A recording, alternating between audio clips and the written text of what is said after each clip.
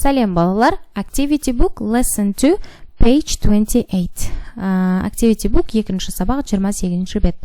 Exercise 1. Unscramble the letters and write the words. Жазыңыз дейді.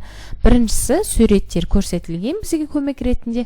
Біріншісі funny берілген екен. Мысалы, екіншіден бастап. Екіншісі shy болады. 3 kind, мейірімді.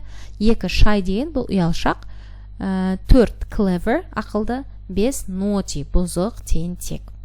Келесі екінші атты look, choose and write. Қараймыз, таңдаймыз және жазамыз.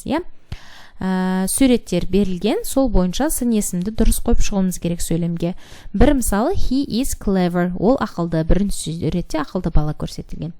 Екінші суретте су сеуіп жатыр, she is naughty, ол бұзық деген сөз.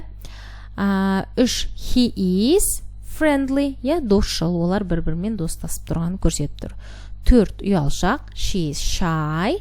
5 көңілді, she is funny болады екен. Осымен тапсырмаларды аяқтадық. Сау болыңыздар.